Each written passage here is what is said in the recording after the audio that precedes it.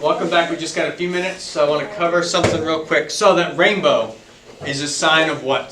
The seventh. A promise. A promise. Promise. Also, what's the other word that the Bible uses?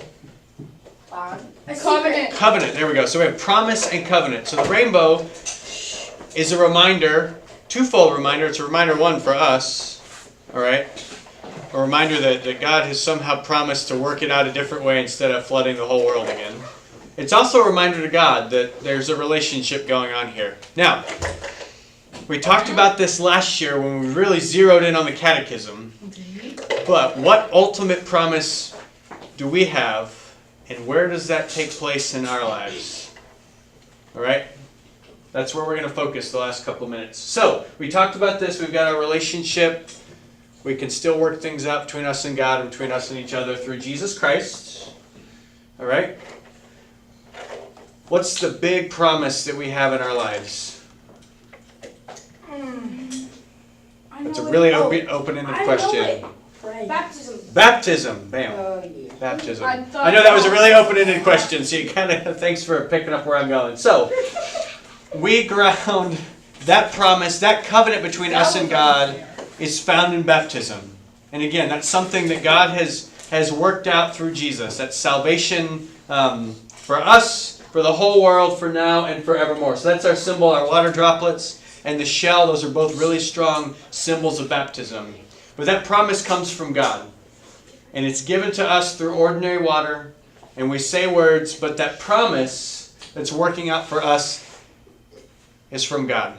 All right, so here in the flood, we have a really destructive symbol in water. God uses water as a very destructive force. Rain, water coming up from the deep, very destructive. The beautiful thing about that symbol is that God has turned something destructive, and still can be, demonstrating the power of water. Water is a very powerful thing.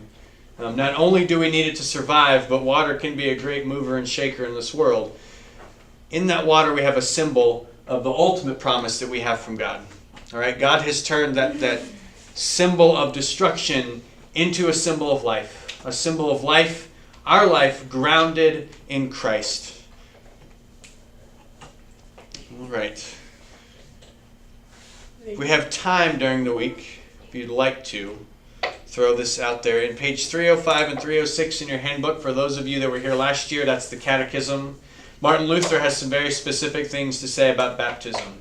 Kind of run out of time tonight, but I point out page 305 and 306. For the majority of you that will be here next year, we're really going to zero in on baptism next year as part of our catechism study. But for now, as connected to the flood, all of this relationship stuff, that promise that we have from God, comes to us through Jesus Christ. And again, it's a symbol of water.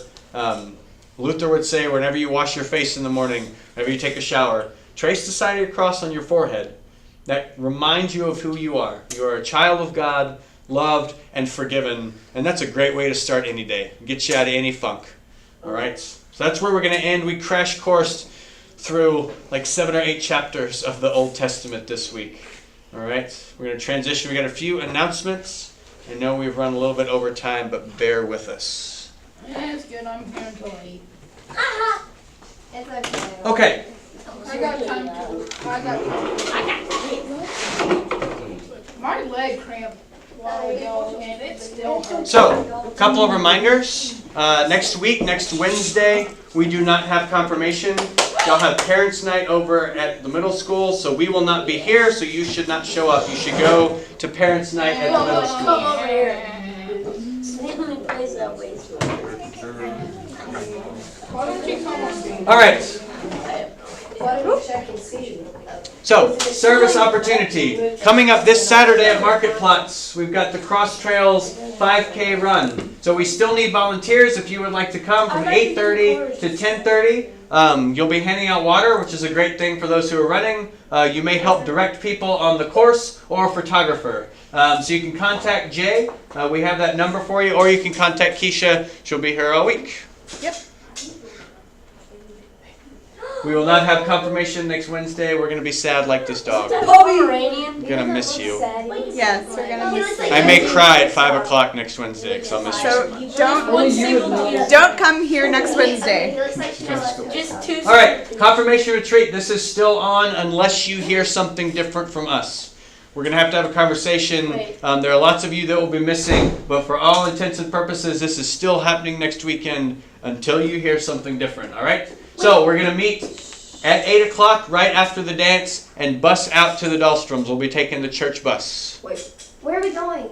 The Dahlstroms. That's the last name of a family we're gonna go stay with. Oh. Is it like a It's on the way to Mason. It's a really cool house. Also, Hey, you're passing up my house then. Do we get a put? I have a packing list somewhere. Mr. Pastor Travis. Yes. Do we get a pick up at the house? Maybe. I don't Yes. I got a question. know. All right. So again, our 1 hour training with Miss Stephanie. I will let you know when that is happening. It won't be next week, but it might be the week after. Okay, on that Tuesday evening at 5:30. Cool. All right. Have you been to a committee meeting yet? So coming up, we've got. This is part of learning the work of the whole church. So we've got several opportunities coming up. I will be at the Social Concerns Committee meeting. I will be at the Evangelism Committee meeting, and Keisha will be at CYFM. So we will be there. We can talk you through it. Those are coming up. There's also just some questions that I want you guys to think about and fill out while you're there. So grab one of those from me. Yes. I did a sermon report. Sermon reports, those are that's something different, but keep doing those. Some of you have done a couple of them. Some of you have done none.